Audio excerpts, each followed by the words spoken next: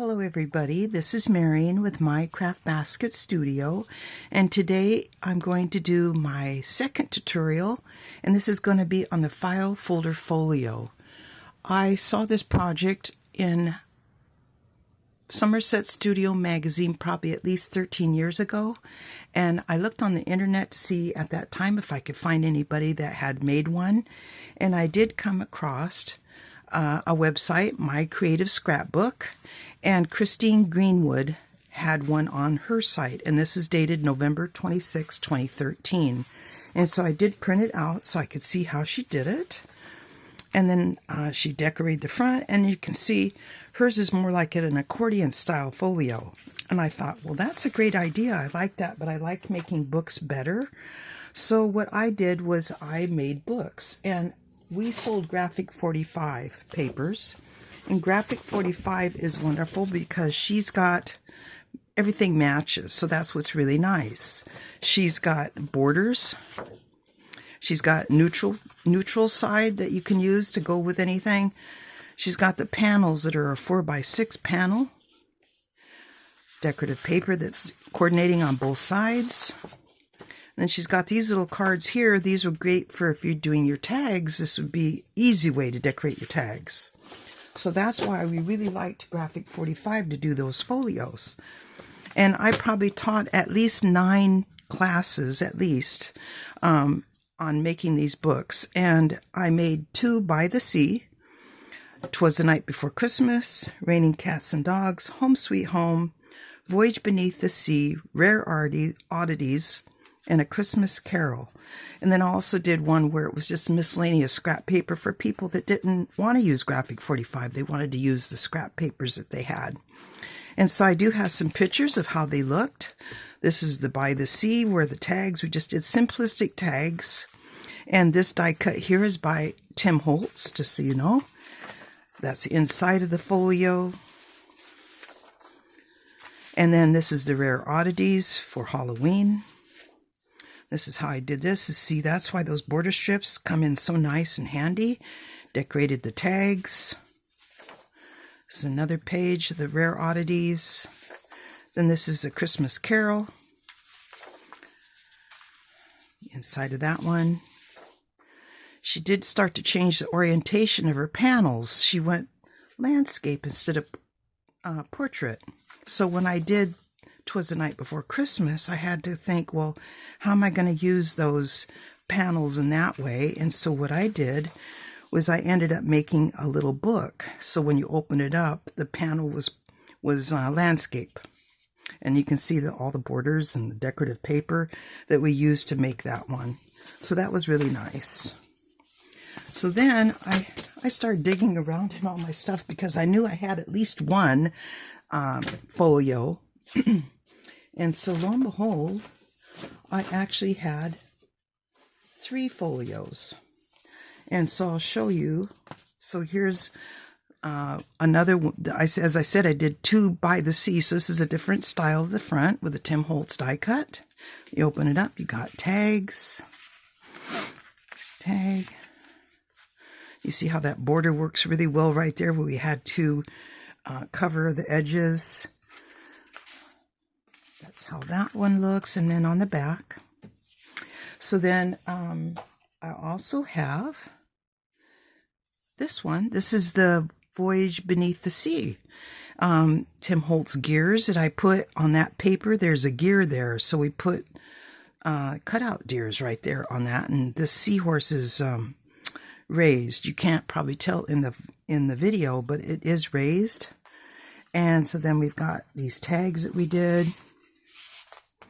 Here's the Voyage Beneath the Sea. Put some more gears there. And so then we've got all this really fun paper. And then the back, another seahorse on the back. So then I knew I had this one because this one I taught in a little art group that I had. And I said, hey, just bring a bunch of miscellaneous papers that match. And so we made this one. And we put, just like the Voyage Beneath the Sea, this one has kind of like a felt velveteen feel. This one's more book cloth. So if you've not seen book cloth before, this is what it looks like. It's kind of a fabric. You can get it any place where they sell bookmaking supplies. And I used that to cover the spine. So we decorated the pages, did some kind of miscellaneous stamping. We did a whole bunch of tags on this one. And so we got, and then that's another Tim Holtz style die cut. Used washi paper on here. And kind of did some faux stitching as well. So faux stitching around there with a key on there. So that's when I taught my art group. And so I got to thinking, you know, I really want to make another one of those. And hey, I think since I've taught this so many times before at the craft store, why not make a video on it? So because I have been doing junk journaling, ideas came to me that I never would have thought of 10, 12 years ago. So as you can see on this one, I just glued the back of that paper together. So it made a page on the inside. Well, having done junk journal books, guess what? I went ahead and did tag in the, oops, I pulled two at the same time. I did a tag opening in the center. So instead of gluing them together, I made it so I could put a tag there. Would never have thought of that if it hadn't been for the junk journal books that I've been making. And so I'll show you how these all look instead of fighting with that. So this is the front. I decorated a little bit. I'll probably decorate more. I did use book cloth on here. I did some the coffee cup rings on there, made it look distressed. This is a Tim Holtz butterfly. Then we've got, and then what I did was, instead of having the pockets all joined together like this and all looking the same, I decided to do some designing just like we do with the junk journals. So this one I angled it, and this one I did a thumb notch. This one I put a window in it, and so then when you pull it out, there's the butterfly behind it. I really liked how that one turned out. So that's the window. And then this one, a little bit different. The tag is on the side. So we got a little side tag. And then, as junk journals always have to have, we've got a little junk journal notepad in there. So that is how this one evolved and changed. And I was really happy of how that turned out.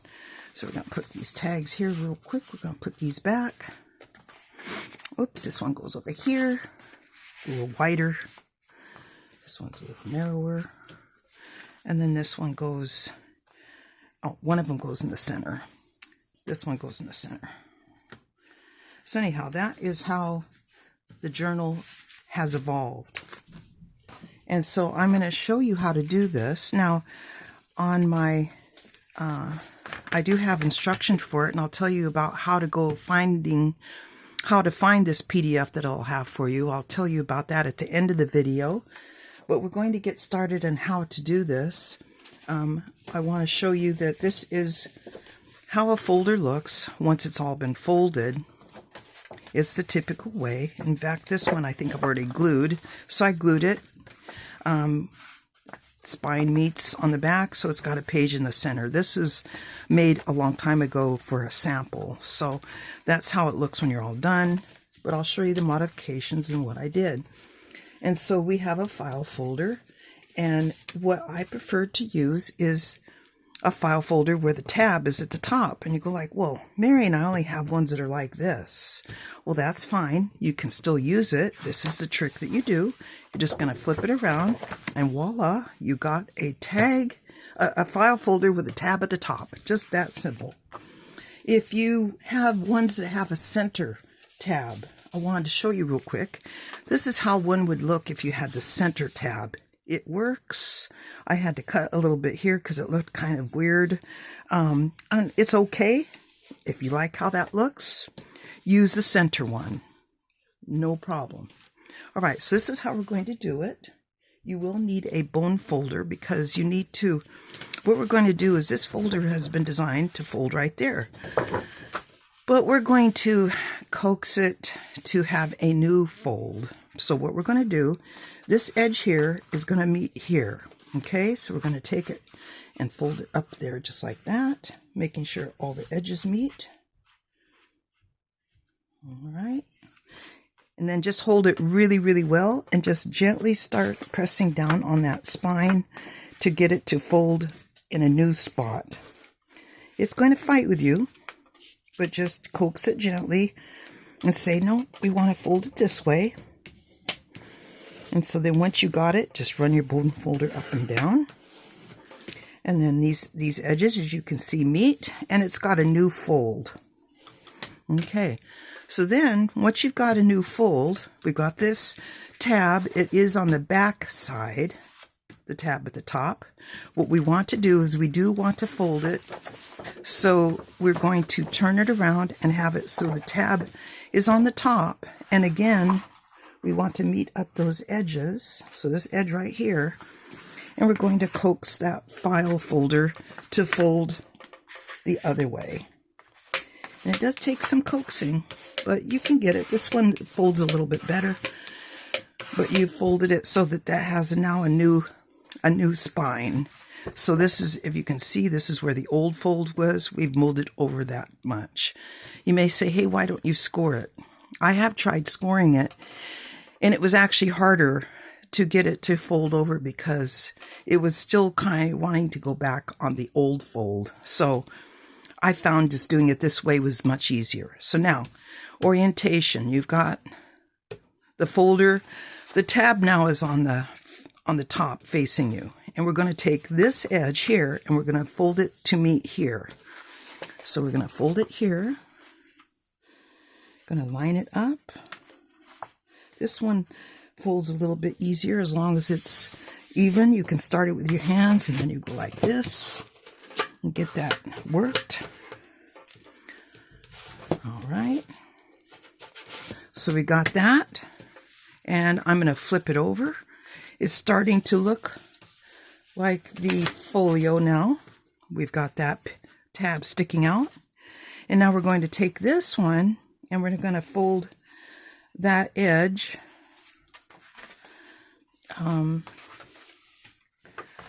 going to fold that edge just like this. We're going to line it up there and press down. As long as this edge is even, we're going to press it, get it started with my finger, and then I'm just going to go in and finish it with the bone folder. And so now, as you can see, these edges meet. That's your new spine.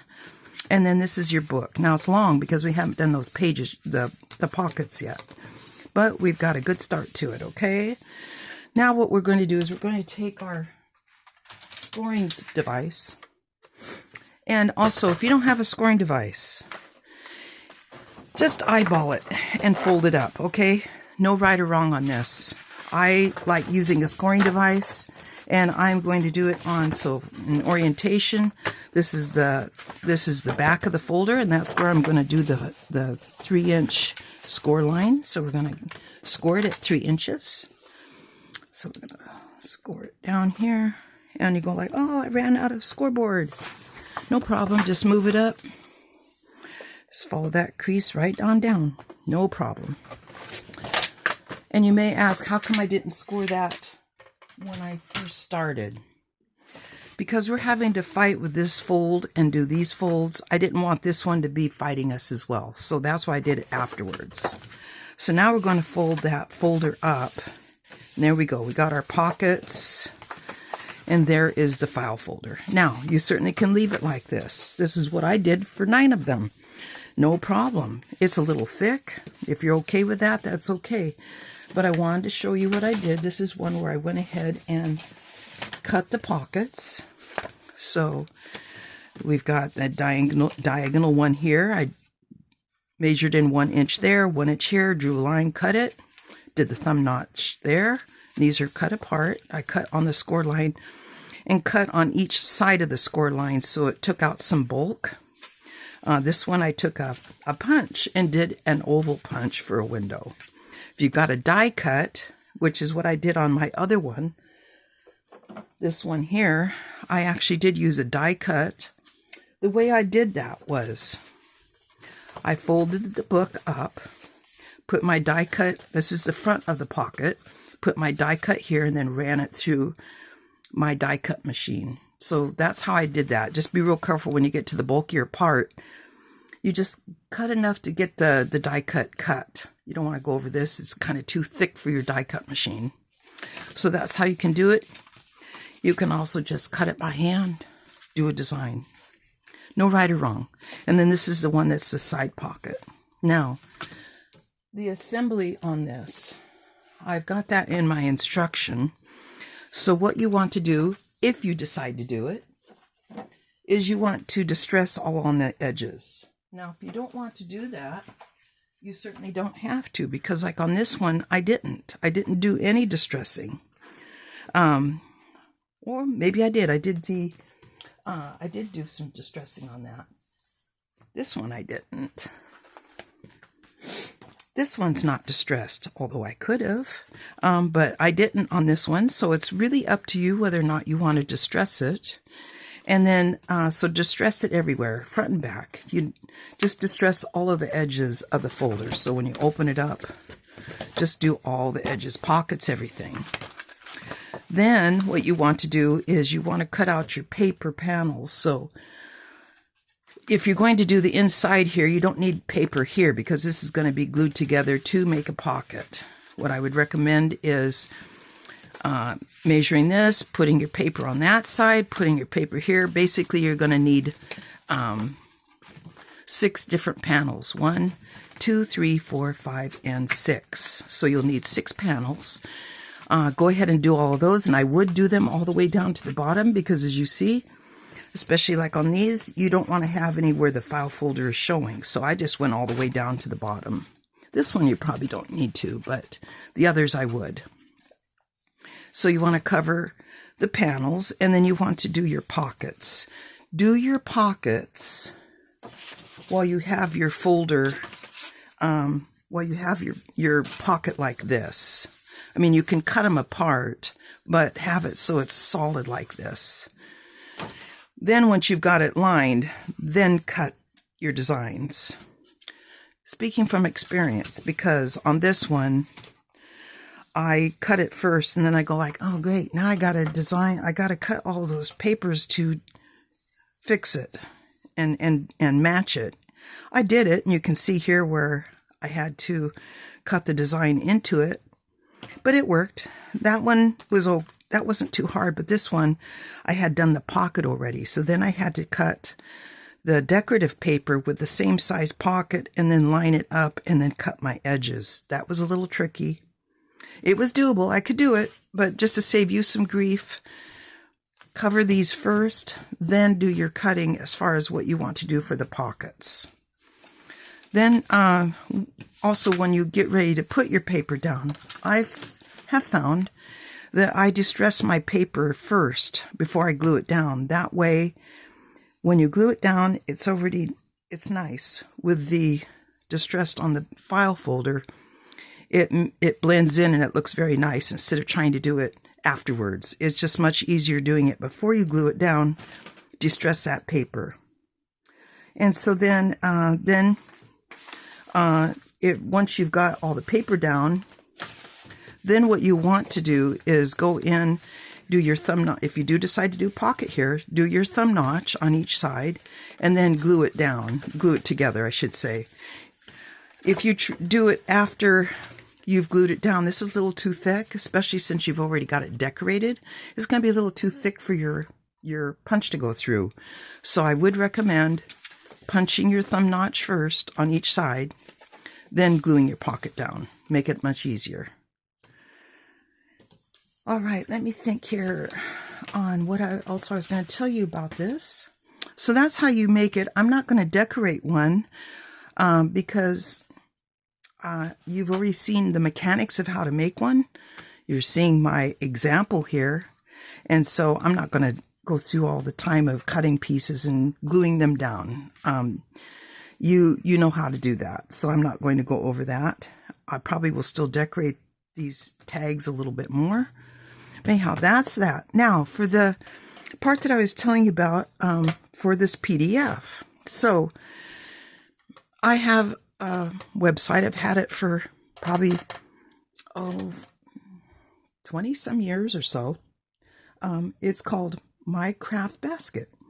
And I originally got that because I am a collector of the Workbasket magazine. And when I collected them, I got a bunch of duplicates. And I thought, well, I want to sell the duplicates. So I created a website many years ago when AOL had a free website. You could create one. And I did it. And I sold my duplicates on my website. And then I ended up buying the domain name. And so I have MyCraftBasket.com is my website. And I was thinking, well, I would really like to be able to do PDFs so that you can follow along. The concept is following along with my video. This is not a PDF where you go like, okay, I know exactly what to do. This really is advisable that you print it off, follow along with the video, make your notes on my notes. So if something isn't clear to you, make your notation of what I did so that it's more understandable for you. But it is a basic instruction on how to do it. And I have it on MyCraftBasket.com. So on MyCraftBasket.com, I have created a tab that says MyCraftBasketStudio. There will be the place where I have the video link to YouTube and the PDF. And right now the medallions, the vintage medallion one is there for you to look at and print the PDF off. For people that didn't have punches, what I did was I did a couple of circles for so that you could cut them out and use them as guides to make your own. A lot of people don't have punches, so I thought, well, I'll do different size circles on there. Then you can glue them down on cardstock, cut them out, and then trace them onto your decorative paper, and boom, you got your vintage medallions.